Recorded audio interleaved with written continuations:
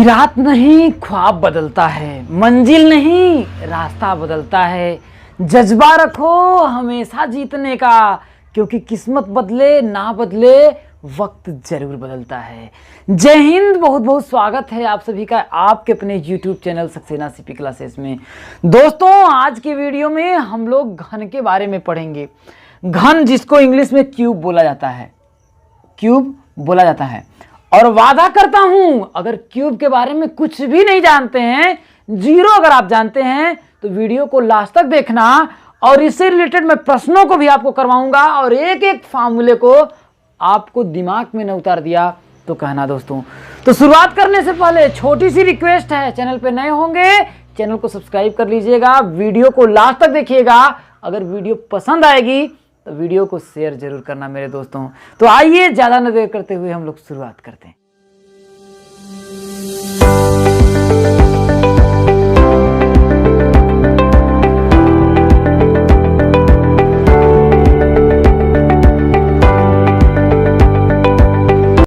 तो जैसा कि दोस्तों हम लोग सबसे पहले जानेंगे कि घन क्या होता है। देखिए, घन में क्या होता है, त्रिविमीय। देखिए, एक ऐसी त्रिविमीय या त्रिआयामी आकृति जिसकी सभी भुजाएं क्या हो, आपकी बराबर हो। कहने का मतलब मेरे ये है दोस्तों, सिंपल अगर लॉजिक तरीके से आप जाने तो वर्ग के बारे में आप जानते होंगे। वर्ग क्या होता है, वर्ग 2 डायमेंशन होता है। मतलब वर्ग ऐसा होता है या फिर ऐसा चतुर्भुज हम बोलते हैं जिसकी चारों भुजाएं क्या हो, आपकी बराबर हो, उसको हम लोग बोलते हैं वर्ग। और आप अगर आप वर्ग को देखें, अगर इस शेप में अगर देखें तो इसे वर्ग मान लेते हैं, चारों भुजाएं इसकी बराबर हैं। अब ये पर मान लेते हैं एक कागज है, उस कागज के ऊपर कागज, कागज के ऊपर कागज, कागज के ऊपर कागज रखेंगे तो एक मोटाई मिल जाएगी। क्या, जब वो मोटाई मिल जाएगी तो पहले तो ये आपका सिर्फ लंबाई और चौड़ाई था, लेकिन अब उसमें कागज के ऊपर कागज रखे तो कुछ एक मोटाई मिल गया। जब वो मोटाई मिल गया ना, वो क्या हुआ आपका, वही घन हो गया। वही क्या हुआ आपका, घन हो गया। मेरे कहने का मतलब सब समझ मानते हैं, मानिएगा ऐसे समझ। आपको सामने क्या दिख रहा है, आपको सिर्फ 4 चीजें दिख रही हैं। अब मान लेते हैं कि इसका ये आपका लंबाई, ये सभी क्या है आपके बराबर हैं, समझिएगा। अब इसके अब एक पतला सा कागज है, कागज तो जानते हैं। अब उस कागज के ऊपर कागज, कागज के ऊपर कागज जब आप रखेंगे तो ऐसे ही इसी का आकार का क्या हो जाएगा, आपका एक ऊंचाई भी मिल जाएगा। और ऊंचाई कितनी, जितनी लंबाई है जितनी चौड़ाई है उतनी ऊंचाई मिल जाएगी। तो क्या होगा, एक ऐसी त्रिआयामी आकृति जिसकी सभी भुजाएं क्या होती हैं, बराबर होती हैं, उसे क्या बोलते हैं मेरे दोस्त, घन बोलते हैं। क्या बोलते हैं, घन बोलते हैं। और घन का जो आयतन होता है, घन का जो आयतन होता है वो क्या होता है मेरे दोस्त, वर्ग का क्षेत्रफल होता है। वर्ग का क्षेत्रफल होता है, वर्ग का क्षेत्रफल होता है। मतलब जिसकी 2 विमीय, जिसकी हमें लंबाई और चौड़ाई सिर्फ पता हो, उसे हम बोलते हैं क्षेत्रफल। तो वर्ग का क्षेत्रफल क्या होता है, देखिए मानते हैं L into B, A into A, मतलब भुजा का स्क्वायर होता है। तो ए क्या मान रहे हैं, लंबाई भी मान लेते हैं बराबर है, चौड़ाई भी बराबर है और ऊंचाई भी बराबर है। तो वर्ग का क्षेत्रफल होता है A इंटू ए। लेकिन घन में लंबाई, या फिर ऐसे मान लेते हैं लंबाई गुणित चौड़ाई, लंबाई गुणित चौड़ाई, लेकिन लंबाई भी आपका क्या होती है, बराबर होती है, चौड़ाई भी बराबर होती है, तो भुजा का स्क्वायर हो जाता है। लेकिन घन में लंबाई, चौड़ाई और मेरे को क्या मिल गई, ऊंचाई मिल गई। ऊंचाई मिली क्या, जब ऊंचाई मिली तो हम लोग लिख लेंगे इंटू ऊंचाई, लिख सकते हैं। लेकिन लंबाई भी आपकी ए, मतलब भुजा जो है ए है, उसके बराबर आपका चौड़ाई भी है और उसी के बराबर आपका क्या है, ऊंचाई भी है। तीनों चीजें अगर बराबर हो गई तो क्या मैं इसे लिख सकता हूं ए क्यू, जहां ए क्या है, इन तीनों की भुजा है। मतलब कि लंबाई, यहां पर ध्यान रखिएगा, लंबाई के बराबर आपका चौड़ाई है और चौड़ाई के बराबर क्या है मेरे दोस्त, आपका ऊंचाई है। ये बात समझ में आई क्या। तो वर्ग का जो क्षेत्रफल होता है भुजा स्क्वायर, ठीक है। अगर इसका एक फेस देखेंगे, समझ में रहे हैं, घन में अगर एक फेस देखेंगे तो उसका जो एक फेस होता है ना, इसमें लंबाई और चौड़ाई आपको दिख रही है तो ए स्क्वायर ही होगा ना। लेकिन इसमें 3 फेस हो जाते हैं, एक लंबाई हो जाती है, एक चौड़ाई हो जाती है, एक ऊंचाई हो जाती है, 3 चीजें हो जाती हैं। तो लंबाई, चौड़ाई और उसमें एक चीज और आपका लंबाई, त्रिविमीय हो गया। त्रिविमीय तो 3 विमा हो गई, एक लंबाई हुई, एक चौड़ाई हुई, एक ऊंचाई हुई। तो वर्ग का जो क्षेत्रफल होता है वो भुजा स्क्वायर होता है। लेकिन घन का जब आता है तो घन का क्षेत्रफल नहीं, वो आयतन में बदल जाता है। किसमें बदल जाता है, आयतन में। तो लंबाई, चौड़ाई में सिर्फ आपको क्या इंक्लूड हो गया, ऊंचाई इंक्लूड हो गया, तो उसे हो जाता है घन। तो घन का आयतन क्या होता है मेरे दोस्त, भुजा का क्यूब होता है।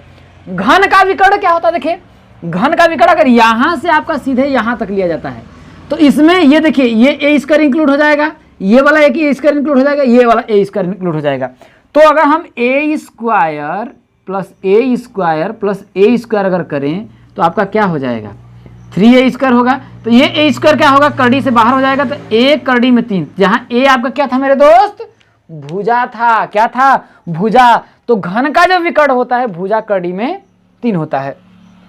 और घन का संपूर्ण पृष्ठ पूछ रहा है, तो ध्यान रखिएगा संपूर्ण पृष्ठ मतलब घन में कितने पृष्ठ होंगे, एक ये आपका पृष्ठ होगा फलक पहला, अब एक इसके ठीक पीछे वाला ये वाला 2, ठीक है, एक ये 3, एक इसके ठीक पीछे वाला 4, एक ये 5, एक इसके ठीक पीछे वाला 6। तो घन में कितने फलक होते हैं, 6 फलक होते हैं।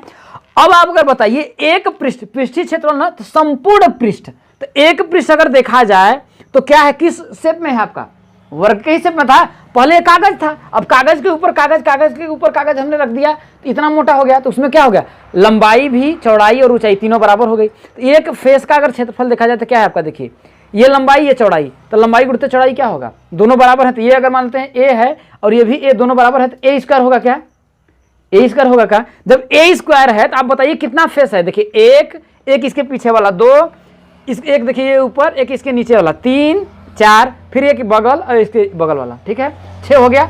तो 6 हुआ तो हम 6 लिख लेंगे। और एक सतह का क्षेत्रफल क्या है, ए स्क्वायर, भाई एक सतह वर्ग के ही आकार का है तो वर्ग का क्षेत्रफल क्या होता है, ए स्क्वायर। तो इसलिए घन का जो संपूर्ण पृष्ठ होता है 6 इंटू भुजा स्क्वायर, या फिर हम लोग बोल सकते हैं 6 ए स्क्वायर होता है। ये बात आप लोग समझ में आई होगी। और फलक, फलक मतलब वही देखिए सतह, घन में कितनी सतह होती है, देखिए 6 होती है, एक ये, एक इसके पीछे वाला 2, एक ये 3, एक इसके नीचे वाला 4, एक ये और 5, 6। देखिएगा अगर ध्यान रखिएगा तो ये आपका घनाभ के शेप में है, क्योंकि इसकी लंबाई अलग है, चौड़ाई अलग है, ऊंचाई अलग है। दोस्तों मैंने व्यवस्था किया है कि आपको समझाने का जितना अच्छे से हो सके मैं कोशिश करता हूं आपको समझाने का, तो समझ में आ गया होगा। और इनके शीर्षों की जो संख्या होती है वो कितनी होती है, तो घन में 8 होती है। और कोर जो होते हैं, कोरों की संख्या होती है दोस्तों 12 होती है। कैसे, अगर कोर की बात करें, देखिए एक ये हो गया, एक कोर, ये देखिए ये 2 कोर, ये 3 कोर, ये 4 कोर, मतलब यहां से यहां तक देखिए 4 कोर हुआ। अब 4 कोर इसके ठीक पीछे होगा, 4 ये हो गया, अब 4 ये वाला होगा, देखिए 1 2 3 4, 4 4 8 हो गया। अब 4 4 जब आप 8 हो गया, ये देखिए एक 9 एक 10, इसको नहीं गिनेंगे क्योंकि ऑलरेडी यहां पर जब हम गिन रहे थे इसको गिन लिए। तो 9 10 और एक वाला देखिए 11 12, तो टोटल कितना हुआ मेरे दोस्त, कोर कितनी होती है, 12 होती है। टोटल कुल कोर कितनी होती है मेरे दोस्त, 12 होती है। तो ये आप लोगों को समझ में आ गया होगा कि घन का आयतन होता है भुजा का क्यूब, और घन का विकर्ण होता है भुजा कड़ी में 3, और घन का संपूर्ण पृष्ठ होता है 6 इंटू भुजा का स्क्वायर या 6a स्क्वायर। अगर भुजा को मान लेते हैं कि a है तो तीनों a बराबर हो जाएंगी, तो यहाँ a क्यूब लिख सकते हैं। देखिए आपको कहीं कहीं दिखा रहेगा a क्यूब, यहाँ लिखा रहेगा a कड़ी में 3, तो a का हो जाता है भुजा को मान लेता है, तीनों भुजाएं बराबर हैं तो a कड़ी में 3, और इसका आता है 6a स्क्वायर। और ध्यान रखिएगा फलक कितना होता है, 6, शीर्षों की संख्या होती है 8, और कोरों की जो संख्या होती है कितना होती है मेरे दोस्त, 12 होती है। तो आइए मेरे दोस्त इस पे आधारित जो आपका प्रश्न पूछा जाता है उन प्रश्नों को लेते हैं, आप लोगों को क्वेश्चंस कैसे सॉल्व करेंगे वे हम सिखाते हैं। अब जैसा कि दोस्तों देखिए पहला क्वेश्चन आपसे क्या करा, देखिए एक घन की कोर की लंबाई 12 सेंटीमीटर है। अब हम लोग क्या करते हैं, एक घन बना लेते हैं, हम क्या करते हैं, एक घन बना लेते हैं, ठीक है।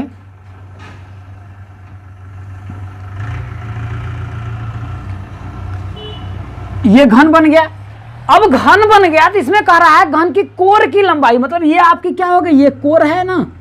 अब घन में जानते हैं कि सभी कोरें क्या होती हैं, घन की बराबर होती हैं, तो कोर की एक लंबाई दे दिया a बराबर 12 सेंटीमीटर, कितना दे दिया, 12 सेंटीमीटर दे दिया। अब कह रहा तो उसका आयतन, विकर्ण की लंबाई तथा संपूर्ण पृष्ठ ज्ञात करिए। तो मेरे भाई मैंने अभी मेरे दोस्तों मैंने बताया, क्या बताया कि घन का आयतन, क्या बताया है भाई, घन का आयतन। घन का आयतन क्या बताया, देखिए कोर की लंबाई या भुजा की लंबाई। तो घन का आयतन क्या होता है, देखिए भुजा का क्यूब, क्या होता है, भुजा का क्यूब। तो घन कितना, देखिए 12 है, तो हम क्या कर देंगे, देखिए 12 का क्या कर देंगे, आपका क्यूब कर देंगे। तो 12 का क्यूब करेंगे तो देखिए 12 गुणुत्ते 12 गुणुत्ते 12, तो 12 पर हम 144 में फिर 12 का गुणा कर दीजिए तो कितना हो जाएगा, देखिए 12 चौके 48 के 8 हासिल 4, 12 चौके 48, 4 52 के 2, 12 एकम 12, 12 5 17, 1700 कितना हो जाएगा 28 घन सेंटीमीटर। घन सेंटीमीटर क्या होगा मेरे दोस्त? आयतन होगा। क्या होगा आपका?